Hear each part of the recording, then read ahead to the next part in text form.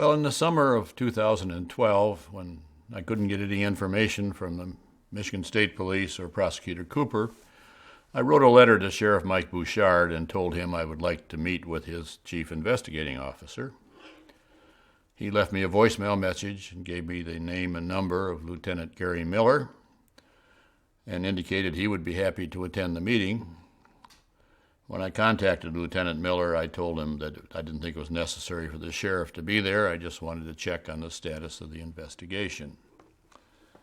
And I met with Lieutenant Miller on August the 31st, or late August, I think it was the 31st, might have been a day or two earlier, in 2012. And the first thing Lieutenant Miller told me, which came as quite a surprise, was that it was the investigators who asked Prosecutor Cooper to go public with the Sloan information the previous month. So some of the ill feelings I had with her about that, well, I can probably attribute to the investigators. And I did not discuss with him the Wasser Coffee interview in 2006, which is the foundation of everything we've been talking about in this presentation. And I wish that we had gotten into that in further detail as I look back on things. But he indicated that the Bush file was still an active investigation with his department, and that was encouraging to me, although I'm not certain when I look back on things how active it is anymore.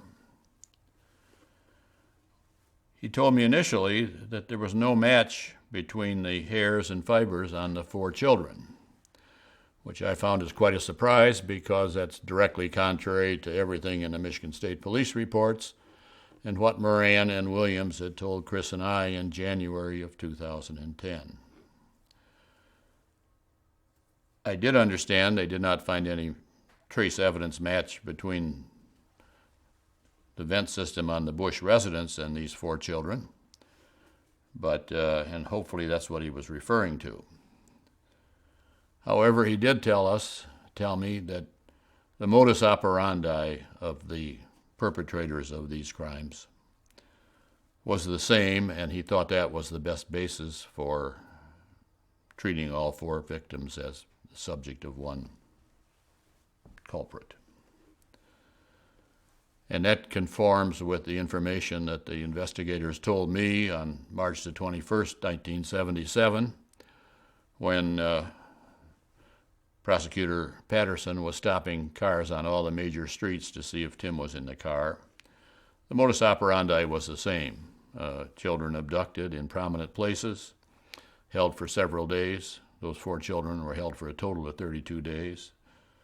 Their bodies were cleaned substantially, which led some people to believe it was somebody involved in law enforcement because they would know enough to get rid of trace evidence. And the bodies were distributed in public places. He also expressed some concern about the fact that 2 of the victims were female and 2 were male. I told him that the Michigan State Police reports indicated that Bush had 2 pair of girl panties in his possession when they got into his affairs. And that was news to him. He was unaware of that.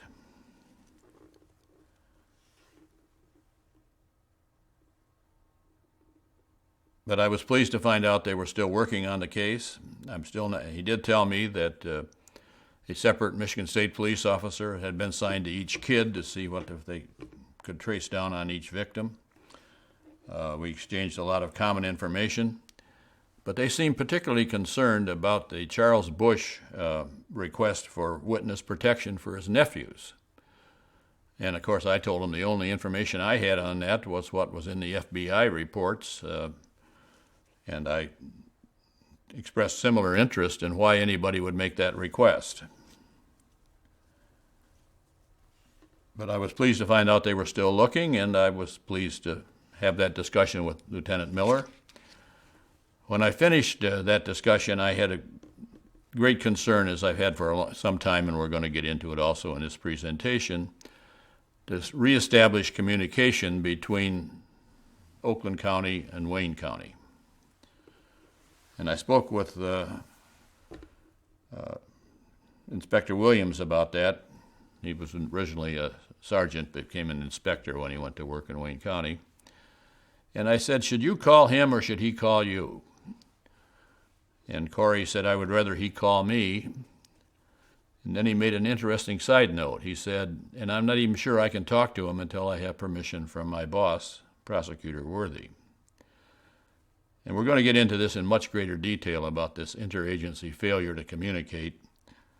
But I enjoyed my talk with Lieutenant Miller, and I enjoyed my talk with Lieutenant Powell of the Michigan State Police, and I've enjoyed my talks with Inspector Williams, and I wish all of them would sit down in one room instead of playing control, power, and get back to their business of solving crimes. This is in addition to the talks I had with Gary Miller, and I'm not dictating, I'm talking about this later on. He expressed to me that one problem they had is they could not find any trace evidence at the Bush residence to associate with any of the suspects.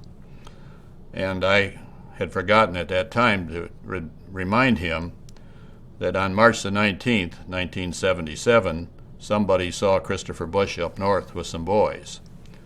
So there wouldn't be trace evidence at the Bush residence. They should have gone to the cottage at S Lake.